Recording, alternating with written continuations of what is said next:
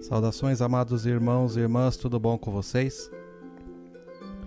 Bom, esses dias me questionaram do porquê eu ter escolhido o meu cajado com a figura de uma cobra. O símbolo do Enki, né? Que a gente já conversou no vídeo sobre símbolos, né? E o porquê eu ter escolhido uma cobra, se dentro dos conceitos bíblicos, a cobra, né, foi quem tentou Eva a comer a maçã e a sair do paraíso, ou seja, a cobra é seu sinônimo do mal, né, seu sinônimo do traiçoeiro. E então na cabeça da pessoa, ao escolher um animal como a serpente, eu estaria escolhendo uma energia maléfica para se trabalhar. Então eu decidi nesse vídeo, né, falar um pouco a respeito da energia da serpente, o porquê dessa escolha, né, no cajado, e desmistificar um pouco, né, essa coisa que as pessoas têm a respeito da cobra e da serpente. Nós temos aquela ideia de que a serpente ela é sinônimo do amigo falso, né? Ou do mal, do demônio e coisas do tipo. Na verdade, na Bíblia, quando aconteceu lá, né? Segundo a Bíblia, aconteceu a questão lá do Adão e Eva e a serpente, a Bíblia fala que Satã, o demônio, seja como você queira chamá-lo, se disfarçou de cobra. Ou seja, a cobra era muito bem-vinda e é muito bem-vinda, né, no reino celestial. O mal, a personificação do mal nessa história se disfarçou dela. Não quer dizer que ele era uma cobra e nem que as cobras fariam o que ele fez. Ele se disfarçou de cobra para se infiltrar no jardim. Isso é na Bíblia, né? A Bíblia fala que ele se disfarçou de cobra. E temos ainda, né, que pensar que essa história é verdade. Para você é verdade essa história? Ok, para mim não é. Para mim é uma história assim bem fantasiosa, né? Não tem como ser levada a sério, a meu ver. É uma história realmente muito simplória. É uma história que realmente não tem sentido com o que nós sabemos do mundo, né, da existência e das coisas que já se passou nesse mundo. Pois bem, a cobra, ela tem um significado muito grande na espiritualidade. Quando uma pessoa se eleva espiritualmente, chegando ao nível de iluminado ou de mestre, o símbolo protetor de boa parte das filosofias que existem no mundo, o símbolo de proteção da pessoa se torna a serpente. Tanto é que a gente vê na Índia, Tibete, os budistas, Krishna, aquela coisa de que do ser iluminado e a serpente por cima dele, o cobrindo, armado, né? Em símbolo de proteção. Ou, no caso de Krishna, ele em cima da cobra, né, como se ele tivesse vencido o mal também. E a cobra pode ser tanto a representação dessa iluminação, como também a representação dessa proteção, né, um ser que protege os iluminados. A gente vê também a serpente no Egito, né, os faraós eles utilizavam a serpente naquela coroa, né, a serpentezinha, e aquela veste, né, aquilo que cobria a cabeça deles, e formato de cobra também, né? Então o símbolo da cobra é muito forte, né, para os faraós e para o Egito, do ponto de vista espiritual, né? Eles viam a cobra como um ser magnífico, né? Muitos tomavam doses de veneno para ir se acostumando, para ir se adaptando e não morrer envenenado, né? Fazer o corpo criar imunidade.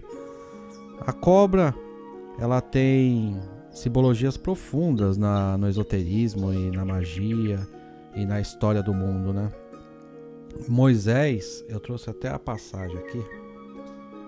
Moisés, na passagem de Atos, capítulo 7, versículo 22, é dito sobre a iniciação de Moisés nos mistérios egípcios, né? No capítulo 22 fala: e Moisés foi instruído em toda a ciência dos egípcios, e era poderoso em suas palavras e obras. Olha que interessante, ele foi instruído em toda a ciência dos egípcios, e era poderoso as suas palavras e obras. Veja que isso é importantíssimo, né? Moisés foi resgatado, né, pela esposa do egípcio, né, do faraó da época, e foi criado como um egípcio. Logo, é óbvio, né, que ele ia aprender toda a ciência egípcia, toda a magia, passar pelas iniciações egípcias e tudo mais, né? Sendo um filho do faraó, mesmo adotado, imagina se ele não ia ter todo o conhecimento ali, né, ao seu dispor. E veja que Moisés depois ele demonstra, né, ele entrega, ele tem uma sequência de fatos que acontece com ele, e ele joga para Deus, né, os méritos das coisas que ele fez. Mas na verdade muito do que ele fez está ligado aos egípcios. Quando Moisés saiu do Egito, né, com o povo escolhido, e no deserto o povo começou a maldizer Deus, isso estou falando de Bíblia, e nem tudo que eu estou falando quando eu falo de Bíblia eu acredito, tá? Eu estou apenas ilustrando coisas a respeito da serpente. Primeiramente, né, o Moisés ele fez o cajado dele se transformar em uma serpente, né? Os sacerdotes egípcios fizeram uma serpente, ele também fez o cajado dele virar uma serpente, e a serpente que ele criou comeu as serpentes dos sacerdotes egípcios, já fazendo alusão também àquela cobra comendo o próprio rabo, ou aquela cobra comendo cobra, uma cobra comendo o rabo da outra, que é um símbolo também, né, do infinito, ou do renascimento, ou da renovação, né? A cobra ela tem muito disso, né, como a fênix, de se renovar, trocar de pele, né? A fênix pelo fogo, e a cobra apenas trocando a pele e se renovando. Então, quando vemos simbologias de cobra, principalmente circulares, ela está fazendo, esses símbolos eles estão ligados ao renascimento, à reencarnação, à morte e vida, ou a ciclos, né? Ciclos que terminam e começam de novo, num ciclo sem fim, né? Como se não houvesse fim. Então é muito interessante, né? Isso é um símbolo esotérico que a gente vê a história na Bíblia. Moisés fazendo o cajado dele se transformar numa cobra e comendo as outras cobras, né, que os sacerdotes egípcios fizeram com seus cajados. Quer dizer, foi uma luta ali de mago, né, uma luta de bem Harry Potter mesmo, né, se a gente for parar para analisar, né. E quando ele chegou no deserto, o povo começou a maldizer, porque eles estavam comendo só o maná, né, uma comida ruim, e estavam vivendo precariamente. Poxa, o povo começou a dizer: você nos tira lá do Egito para ficar desse jeito no deserto? Deus, com raiva, começa a fazer chover cobra do céu e picar o povo, e o povo começa a morrer. E o povo arrependido, mas quem não se arrependeria, né? Tá vendo um monte de cobra saindo em tudo que é lugar. Não é bem um arrependimento, né? É um temor muito grande, né? Você tá vendo ali todo mundo morrendo. Você vai pedir piedade, né? Pro ser que tá mandando as cobras. Aí Moisés foi interceder pelo povo.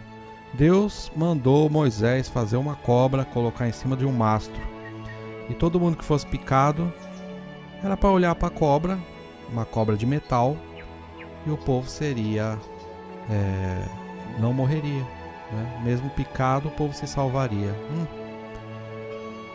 Olha a simbologia disso. Se a gente faz uma cobra, coloca no mastro, é demoníaco, né? Mas na história de Moisés, Moisés fez uma cobra e colocou no mastro.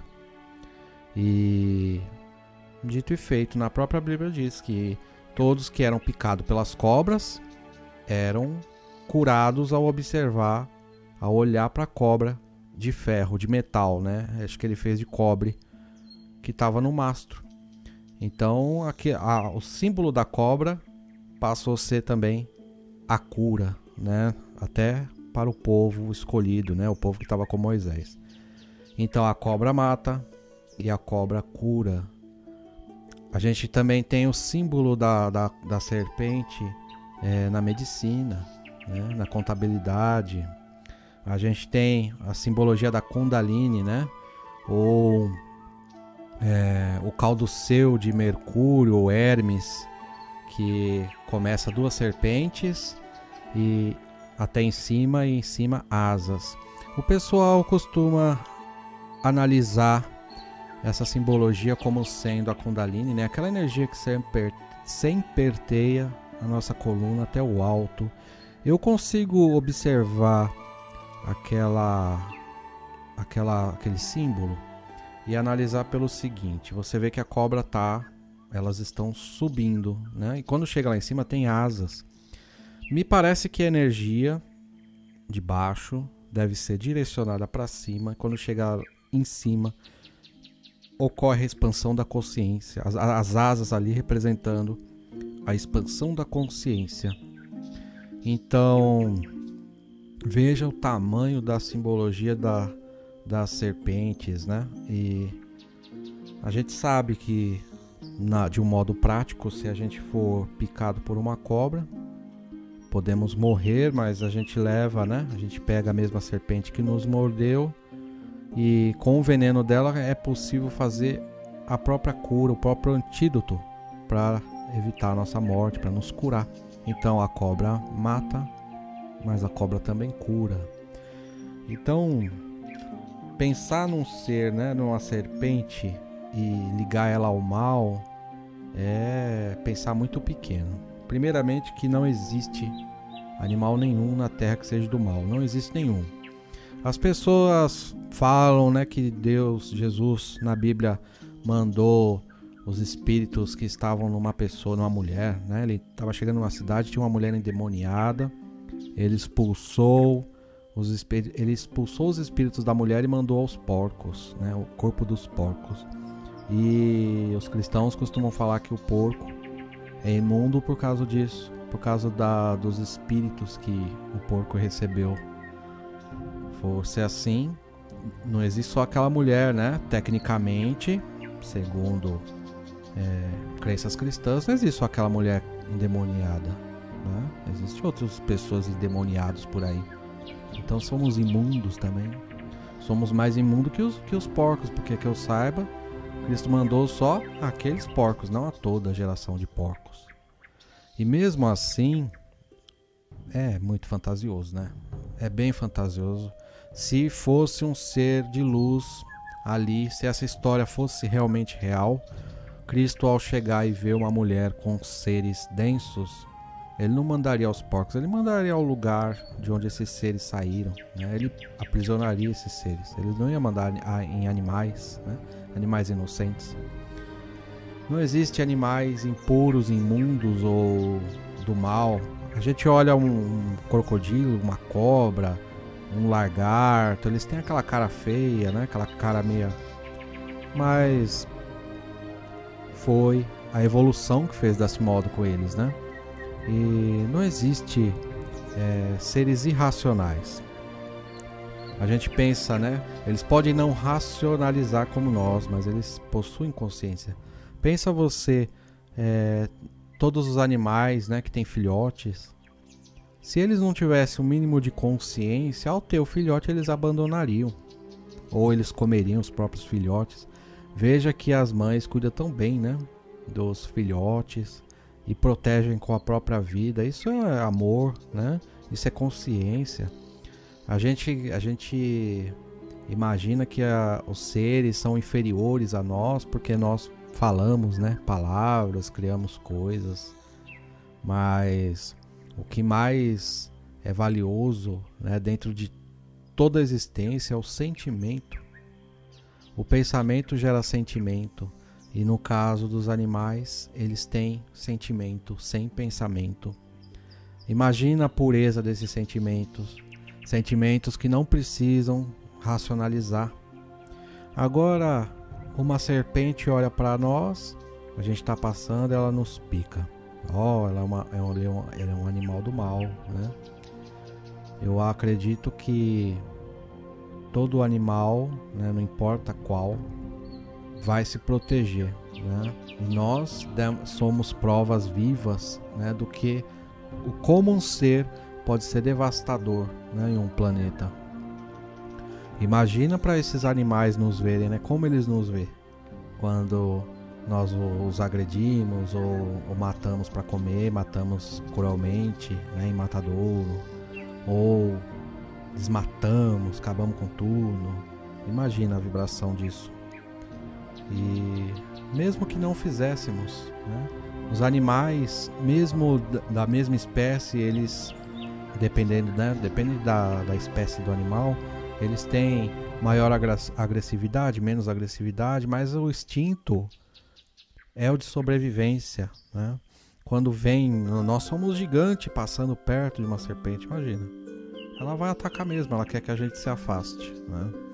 E querendo ou não, somos para esses animais, né, também possíveis almoço, né? Assim como eles também são. Só que a gente é implacável, né? A gente não tem limite, a gente vai acabar com esse planeta. A tendência, observando, é acabar com as florestas todas e com os animais. Teve um tempo que eu tinha bastante esperança, né, que a gente ia tomar consciência, ia diminuir, ia começar a cuidar mais, mas não estamos fazendo isso. A gente tá... Não é a maioria, né? É a minoria. Mas a minoria tem poder, né? Tem poder de destruir e tá lá no governo, ou é dono de terras. A minoria, eles são minoria, eles são 5%, mas como eles detêm o poder, eles estão realmente fazendo o que eles querem, né? A maioria não quer isso, e é por isso que a minoria consegue, porque a maioria não tem essa ganância, né? Sobra para quem tem esse tipo de ganância. E vamos conseguir, né? Vamos conseguir destruir esse... Vamos deixar bem ruim de viver, né? Bem poluído, bem sujo, com poucas espécies de animais. A gente vai conseguir destruir, sim. Estamos conseguindo, né? A nossa população está aumentando, o cuidado com a natureza está diminuindo, a alimentação está aumentando, né? Conforme a gente aumenta em número, e as pessoas são carnívoras, né? Então a gente vai conseguir degradar, né? Deixar bem feio esse planeta. E não vai demorar muito, viu? Olhando, observando bem o ritmo que está indo, a gente vai conseguir o que a gente quer, né? O que alguns querem. Pois bem, meus amigos, parando, né, para analisar de que não existe animais ruins, do mal, do demônio, nem nada disso, porque todos nós somos feitos a partir da mesma coisa, né? Partimos da mesma fonte criadora. Então, o mesmo ser a mesma energia que nos criou os animais, criou tudo o que há. Então não há diferença, né? Não existe, que nem esses dias estavam me falando, né, sobre o Muro da Lamentação, Terra Prometida. Não existe Terra Prometida nesse planeta. O planeta inteiro é uma Terra Prometida. O planeta inteiro foi criado pelo ser que criou, pela energia, a força que criou tudo. Você acha que ele ia fazer um pedacinho de terra prometido num mundo tão lindo? Quantos mundos haverá, né? Que essa própria energia que criou aqui não criou por aí. O ser humano ainda está pequeno, ele pensa pequeno. Ele é a religião, né? É a religião. Se a gente for parar pra pensar, a religião que tem essas coisas, né? Terra prometida, eu sou o detentor. É a religião, né? A religião em guerra pelo poder, pela verdade. Quando a verdade eu acredito ser muito simples, né? Muito plena. Bom, meus amigos, quando trabalhamos com a serpente, a gente trabalha com a egrégora, que foi criada há muitos anos atrás, milênios, que é aquela egrégora de proteção dos faraós, de proteção dos mestres iluminados, Krishna e outros, Buda. A gente pega essa egrégora, esse campo de pensamento que foi criado. A serpente, por longa data, ela foi venerada como um ser muito poderoso, né? Tanto para curar como para ser o protetor de crianças ou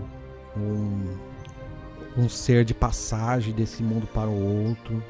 O que a gente imagina é um ser também ligado à sabedoria.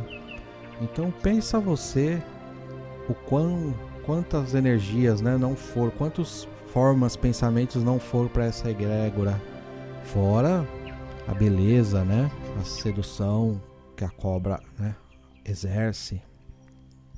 Então a gente trabalhar com a serpente no cajado e colocar símbolos egípcios, a gente está acionando essa egrégora, a magia egípcia. É por isso que eu escolhi a cobra. Mas não é meu animal de poder. Na verdade, são poucas as pessoas que têm a serpente como animal de poder.